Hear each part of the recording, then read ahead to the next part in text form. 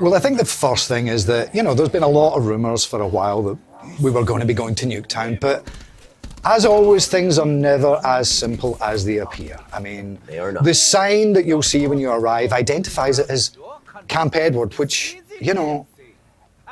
isn't quite what people thought Nuketown was necessarily, because what it turns out to be is that it is a front for something else, something much, much larger. This is actually a facility owned and operated by a group known as Broken Arrow.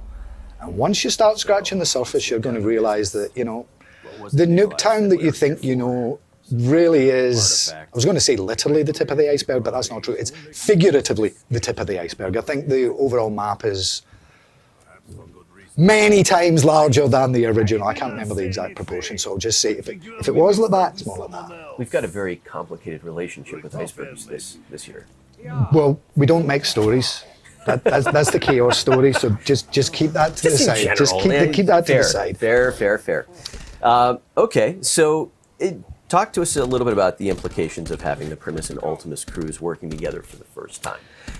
How does that begin shaping our experience here? I think everyone knows that, the main difference, the Primus crew got to go on a very kind of emotional journey, searching for their souls and trying to save them and everything.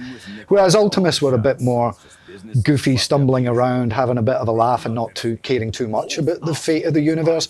Now under Nikolai's leadership, obviously he's going to first of all find out that things weren't quite as simple as he thought, and Richtofen always had reasons for keeping secrets to himself. Nikolai's going to struggle a little bit with that, because once you've read that chronorium and you know what's coming, should you tell people, or do you try and just nudge them along? Or did the book say that you never told them? It's a real can of worms, but like I say, getting the different versions of the characters in the same map, you really, really see the contrast, Richtofen, Ultimus Richtofen, insane.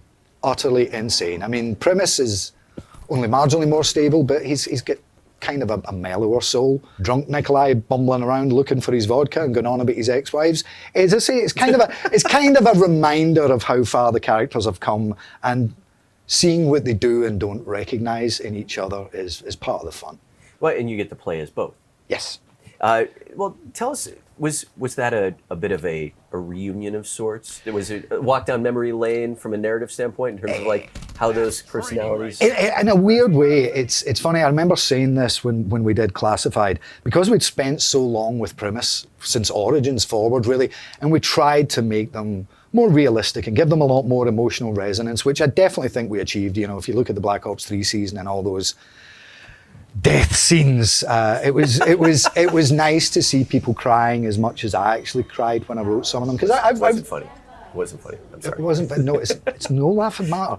And that emotional journey that we'd taken them on, that was hugely important to me. So when we first decided to go back to Ultimus, a little part of me was a bit, they weren't as much fun, they didn't have as much.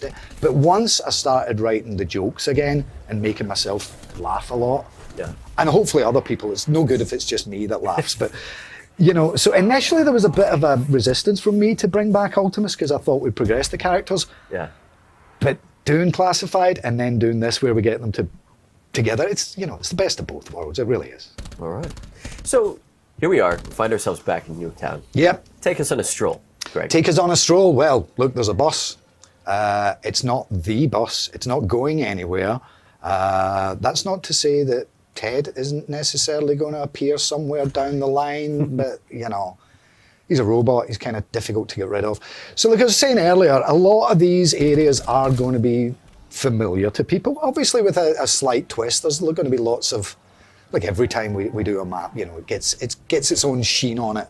But this, like I said earlier, literally just represents a small fraction of actually what's there to be discovered. So, we let people start off thinking they know what they're getting into, and then as they get deeper into the game, we obviously pull the rug out from under them, and suddenly they're in a state of panic, not knowing what's coming next. That's the way we do things. Talk to me a little bit about sort of the lighting and the environment. To me, I mean, it's a beautiful looking map. It is, and in fact, that's one of the things that the characters will talk quite a lot about. Is, in fact, I think it's Ultimus Nikolai. It says, "Who are billionaires who live in such luxury?" So they all have their impressions of what's going on in the map. But as you see now, we're starting to go into some of the lower levels, into the Broken Arrow facility where, yeah, like all our good scientific research groups, they've been doing all sorts of things that they maybe shouldn't have been doing, or definitely had consequences that they may not have expected. As we find ourselves down here in the bunker, talk to us a little bit about kind of the size of the experience, because I'm seeing things in NUKETOWN that I haven't seen before. Yeah, but it's of a magnitude of 4, I think is the right way to say it. Okay. 4 times bigger. What you used to see was a quarter of what's really there now. I'm just approaching statistics in different ways here, and none of them are very well, but yeah, it's at least 4 times the size of what NUKETOWN originally was.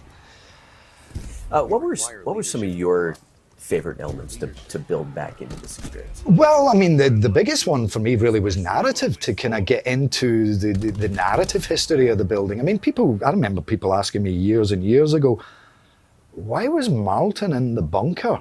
So, you know, that's something that we're going to get to revisit a little bit, shall we say. So I think, you know, even beyond what people actually knew of NUKETOWN, there was just a lot of very significant narrative threads that we knew that we had to come back to. I mean, we explored a little bit of Broken Arrow in the comic book series we did a couple of years ago with the Victus crew.